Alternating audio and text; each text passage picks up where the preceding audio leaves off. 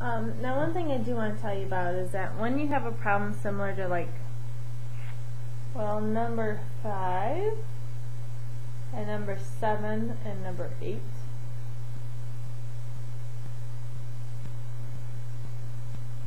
when you have 5, 7, and 8, and you do these problems, you're going to end up with something like, or start off with something like 5y plus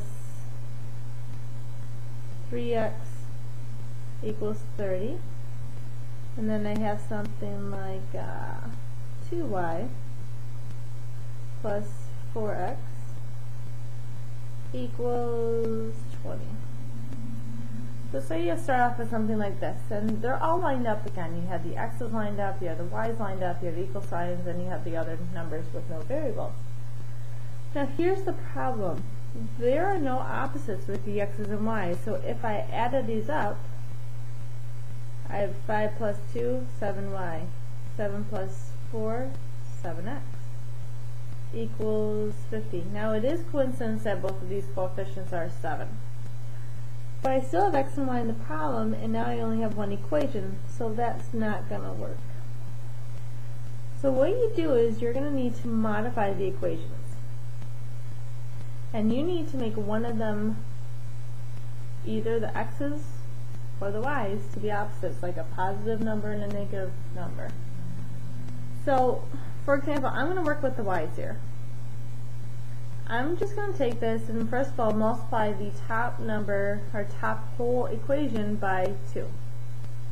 So as I know, a combination of 5 and 2 is 10. So I'm going to have 10s, and so I'm going to distribute, and I'm going to just rewrite everything over here. We have 10y plus 6x equals 60. Now I'm trying to get y's to be opposites. So first of all, I want to get the same number, so I know I need to multiply by the 5 down here. But instead of being a positive 10y, I want to get negative 10 between these two, so I need to multiply everything by a negative 5. But that will ultimately get my negative 10 on the bottom here. It will give me a negative 20x. That equals a negative 100.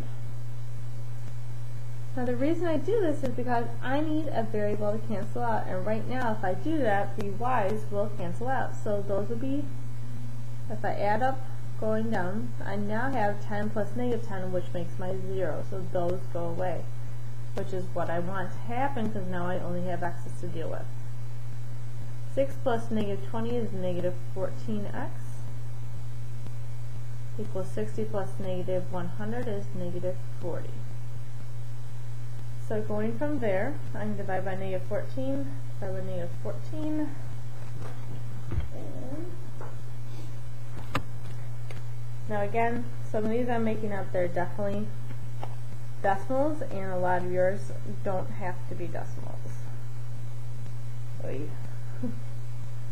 So I have x to be negative and negative make it positive, so 20 over 7, which is also 2 and 6/7. Now I'm going to take this and go back and plug it into one of my original problems. So I'm going to go back to the 5y plus 3x equals 30.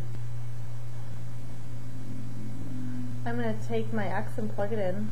5y plus 3 excuse me, 20 over 7 equals 30.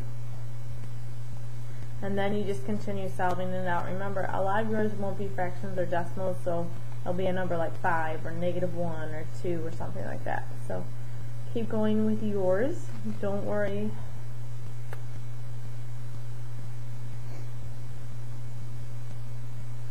Don't worry that, oops, I'm sorry, 5y plus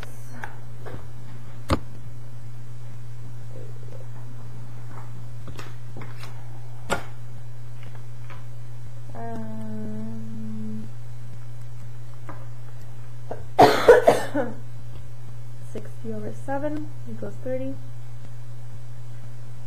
Again, remember, most of yours will be fraction inserts.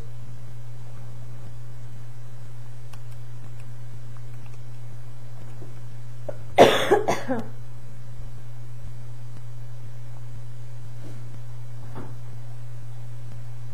then divide by 5.